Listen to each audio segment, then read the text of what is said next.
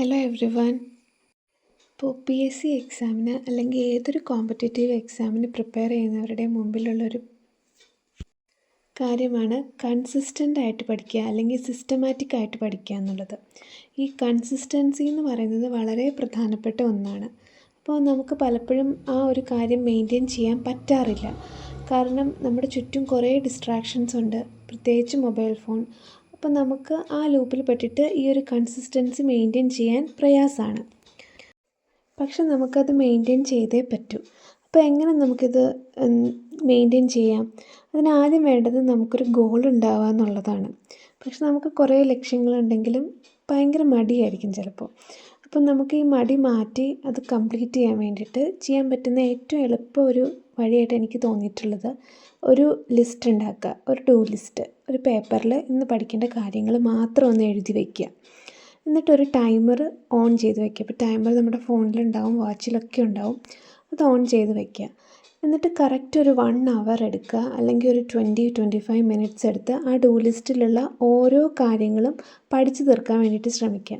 അപ്പം ഞാൻ ചെയ്യുന്നൊരു മെത്തേഡ് എന്താണെന്ന് വെച്ചാൽ, എൻ്റെ കയ്യിൽ ഓൾറെഡി പ്രിപ്പയർ ചെയ്ത് വച്ചിട്ടുള്ള നോട്ട്സും ഒരു റാങ്ക് ഫയലും കൂടി വെച്ചിട്ടാണ് ഞാൻ പഠിക്കുന്നത്. അപ്പോൾ ആദ്യം നോട്ട്സിലെ എല്ലാ കാര്യങ്ങളും ഒന്ന് വായിച്ച് നോക്കും. എന്നിട്ട് റാങ്ക് ഫയലും കൂടി നോക്കും. എന്നിട്ട് ഏതെങ്കിലും പോയിൻറ്റ്സ് മിസ് ചെയ്തിട്ടുണ്ടോ ഇല്ലയോ എന്ന് നോക്കി അത് ക്ലിയർ ചെയ്യും. അപ്പോൾ പഠിക്കുമ്പോൾ ആ കൂടെ തന്നെ ഞാൻ ഷോർട്ട് നോട്ടും എഴുതിപ്പോവും. അതും ഏറ്റവും പ്രധാനപ്പെട്ട ഒന്നായിട്ട് എനിക്ക് തോന്നിയിട്ടുണ്ട്. കാരണം ഈ ഷോർട്ട് നോട്ട് എഴുതുന്നതിൻ്റെ വലിയൊരു ഗുണം എങ്ങനെയാണെന്ന് വെച്ചാൽ, നമുക്ക് റിവൈസ് ചെയ്യുമ്പോൾ ഒരു ക്വിക്ക് റിവിഷൻ്റെ സമയത്ത് പ്രധാനപ്പെട്ട പോയിൻറ്റ്സ് മാത്രം കിട്ടും. അതിന് വേണ്ടിയിട്ട് ഷോർട്ട് നോട്ട് എഴുതുന്നത് ഏറ്റവും നല്ല കാര്യമാണ്. അങ്ങനെ ഷോർട്ട് നോട്ടും കൂടെ പ്രിപ്പയർ ചെയ്ത് നോട്ടും റാങ്ക് ഫയലും കൂടി നോക്കിക്കഴിഞ്ഞാൽ ഞാൻ പിന്നെ PYQs ചെയ്ത് നോക്കും. ആ ഒരു പഠിച്ച പോർഷൻ്റെ മാത്രം PYQ ചെയ്യാൻ നോക്കും. അപ്പോൾ ഞാൻ എഴുതി വെച്ച ഡു ലിസ്റ്റ് പ്രകാരം ഒരു പോയമായിരുന്നു ആദ്യം ഞാൻ പഠിച്ചത്. ആ പോയം പഠിച്ചതിന് ശേഷം ആ റാങ്ക് ഫയലും എല്ലാം നോക്കിയതിന് ശേഷം ഞാൻ നോക്കുന്ന റാങ്ക് ഫയലിൽ ഓരോ ടോപ്പിക് വൈസ് ക്വസ്റ്റ്യൻസ് കൊടുത്തിട്ടുണ്ട്. ഇപ്പോൾ ഒരു പോയമാണെങ്കിൽ ഓരോ ചാപ്റ്റർ തിരിച്ച് ഒരു 20-25 ക്വസ്റ്റ്യൻസ് കൊടുത്തിട്ടുണ്ട്. അപ്പോൾ അതെനിക്ക് ആൻസർ ചെയ്യാൻ പറ്റുന്നുണ്ടോ എന്നും കൂടി ഞാൻ ചെക്ക് ചെയ്യും. അപ്പോൾ ഞാൻ ചെയ്യുമ്പോൾ മിക്കവാറും OMR ഷീറ്റിൽ തന്നെ ചെയ്യാൻ നോക്കും.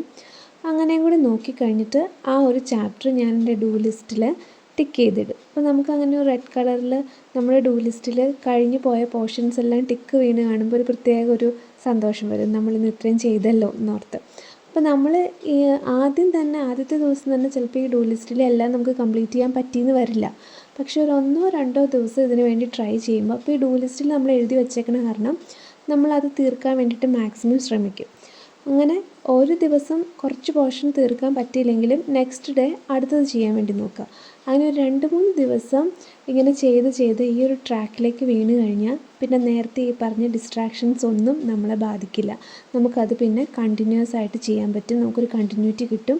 ആ ഒരു കൺസിസ്റ്റൻസി അത് മെയിൻറ്റെയിൻ ചെയ്യാൻ പറ്റുമെന്ന് എനിക്ക് പേഴ്സണലി തോന്നിയിട്ടുണ്ട്. അപ്പോൾ നിങ്ങളും അങ്ങനെ എന്തെങ്കിലും ഒരു ചെറിയൊരു ടിപ്പ് വെച്ച് എന്തെങ്കിലും ഒന്ന് ട്രൈ ചെയ്ത് നോക്കുക. നമുക്ക് കൺസിസ്റ്റൻസി മെയിൻറ്റെയിൻ ചെയ്യുക എന്നുള്ളത് വളരെ പ്രധാനപ്പെട്ട കാര്യമാണ്. അപ്പം ഞാൻ ആദ്യം ഡു ലിസ്റ്റ് എഴുതുമ്പോൾ തന്നെ ഓരോ മൊഡ്യൂളിൽ നിന്ന് ഓരോന്നെടുക്കും. അപ്പോൾ പോയത്തിൽ നിന്ന് ഒരു ചാപ്റ്റർ എടുക്കും, ഡ്രാമയിൽ നിന്ന് ഒരു ചാപ്റ്റർ എടുക്കും. അങ്ങനെ ഓരോ മൊഡ്യൂളിൽ നിന്ന് ഒരു ചാപ്റ്റർ എടുത്ത് ചെയ്യുമ്പോഴത്തേക്കും നമുക്ക് ഒരു ബോർഡം അല്ലെങ്കിൽ നമുക്ക് ആ ഒരു ടയർഡ്നെസ് ഫീൽ ചെയ്യുകയില്ല.